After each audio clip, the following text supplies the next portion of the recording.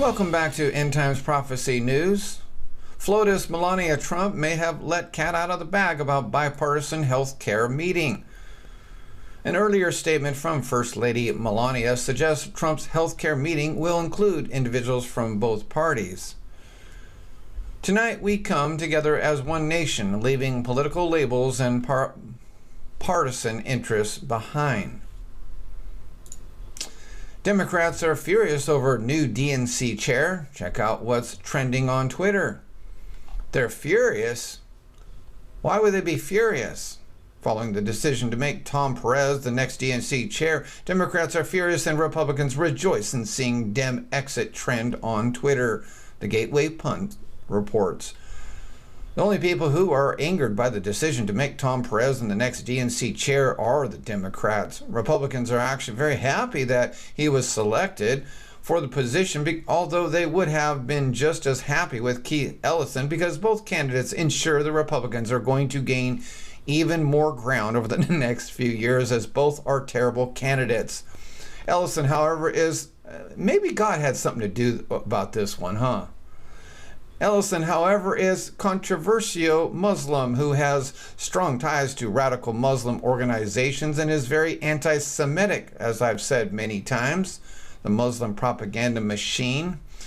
Perez, on the other hand, is in bed with the Democratic establishment elites. He also has posted racist comments against whites. President Trump was actually very excited to hear that Perez was selected for the position. That's right. 17-year-old boy wakes up from his own funeral. Times of India reports Hubali. A 17-year-old boy woke up on the way to his funeral in Dharwad's Managundi village, surprising his relatives and villagers who had presumed him dead. He was rushed to a private hospital where his condition is critical. Bitten by a stray dog 1 month ago, Kumar Marwad, 17, had high fever last week following he was admitted to Dharwad Hospital. Nice doctors and hospitals in Dharwad, huh? As his condition deteriorated, the teenager was put on a ventilator. The doctors told Kumar's relatives that he was critical and that he would not survive it if life support was removed. Informing them that infection had spread in Kumar's body, the doctors left the family to decide if they wanted to continue treatment. Later, the family decided to shift him home. We had decided to take Kumar home after doctors told us his chances of survival were bleak once taken off the ventilator, Kumar's brother-in-law, Sharanappa Naikar, said. Noticing no body movement or breathing, Kumar's relatives presume him dead. They then asked the villagers to make arrangements for his funeral and headed straight to perform his last rites. Barely 2 kilometers from the village where the funeral was to take place, Kumar opened his eyes, moving his hands and legs, and started breathing fast. Soon he was rushed to a hospital on Gokul Road. Amazing, huh? Breaking news, state governors get briefing on Obamacare, and it's bad. State governors got a briefing that gave them cold feet on what repeal would mean from Zero Hedge.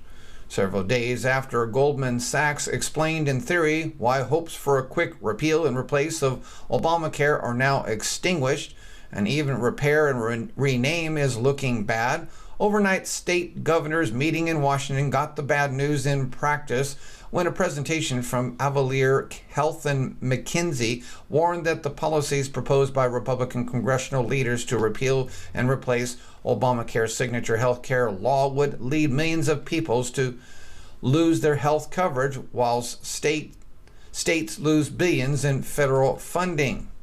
The presentation produced below estimates that the number of people covered by Obamacare through the individual insurance market could be reduced by as much as 51% in states that chose not to expand Medicaid coverage under Obamacare, and by 30% in those that did expand the federal state health program for the poor.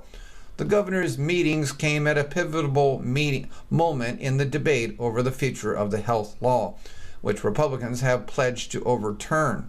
The Republican Party controls the White House, the Senate, the House of Representatives, and 33 state governorships, It is also getting cold feet about repealing, replacing, or even overhauling Obamacare out of concerns what it would mean for existing coverage, which would lead to millions of Americans losing insurance and potentially truncating the careers of many politicians. It would also mean the end of millions in federal government handouts to states coming to an end.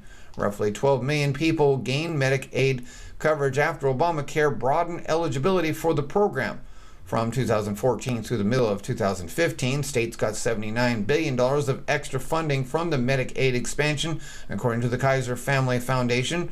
Under the health law, the federal government paid 100% of the cost of the expansion from 2014 to 16. The government's share fell to 95% this year and was scheduled to fall to 90% by 2020.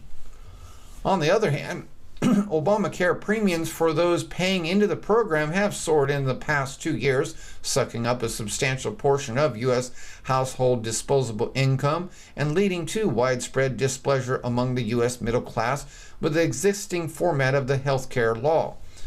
As a result, significant differences remain between GOP officials in the House, the Senate, and the states, most acutely over the Medicaid insurance program for the poor and disabled, which is administered by the states and jointly funded by the federal and state governments. A summary of the various proposed plans was laid out last week by Goldman. And I'll let you read this. Actually pretty hard to read. The debate over the future of Obamacare culminated on Saturday when governors left a closed-door meeting at the National Governors Association winter meeting saying they hadn't hammered out an answer that day. We don't want to create an unequal treatment between all the different states, said Republican Governor Mary Fallin of Oklahoma. I don't think we've reached a conclusion on that other than to say it's a priority that we find a way that we can cooperate. Democrats were more willing than their Republican colleagues to talk to reporters after the closed-door meeting. Virginia Governor Terry McAuliffe called the presentation on what might happen if the ACA is repealed or if Medicaid funding is limited. It is scary, according to him. Tens of thousands who would not be able to afford their coverage and would lose their coverage. Of course, they're going to spew out all the ugly lies that they don't know anything about. Democratic Governor Jay Inslee of Washington said that after the closed-door meeting, it was pretty disturbing briefing. According to the presentation, under the standard repeal and replace plan, the impact would vary by state, but as Axios summarized in a sample state that expanded Medicaid, it's estimated that the state would lose $635 million in federal funding, a 65% decrease. 110,000 current enrollees would no longer be able to afford a plan. 20,000 currently uninsured people would buy a plan with the new tax credit provided by the GOP plan. Additionally, 115,000 low-income people may lose Medicaid coverage with no affordable alternative on the individual market. A per capita cap, which would limit funding for each person in the program, would reduce federal spending by 24% over 5 years, requiring the state to spend $6.2 billion to close the gap. In a sample non-expansion state, it's estimated that the state would lose $885 million in federal funding. Good, especially you, Democrat state. An 80% decrease. 130,000 current enrollees would no longer be able to afford a plan, and 10,000 currently uninsured people would be able to buy coverage with the new tax credit. Well, these are not true facts here, because with jobs, they will be able to get their insurance. A per capita cap would reduce federal spending by 6% over 5 years, requiring states to spend $1.5 billion to close the gap. No, it wouldn't, because they're going to have jobs. While Republicans have campaigned for years on a promise to repeal Obamacare, and Donald Trump's election victory put that goal within reach, now they're confronting the task of coming up with a replacement, mindful of the 20 million people who've gained health insurance under the law and the billions of dollars it sends each year to the states. Among the anecdotes laid out in the presentation, in one hypothetical example presented, a state that didn't expand Medicaid and had 235,000 enrollees in Obamacare through the individual market would see the number of participants fall to 115,000. In a hypothetical state that did expand Medicaid coverage and had 300,000 enrollees in the individual market, the number would drop to 210,000, Bloomberg reported. This is a very long, so I'm going to pass on reading the rest of this. So I'll let you read the rest of it, and thank you for listening. God bless you.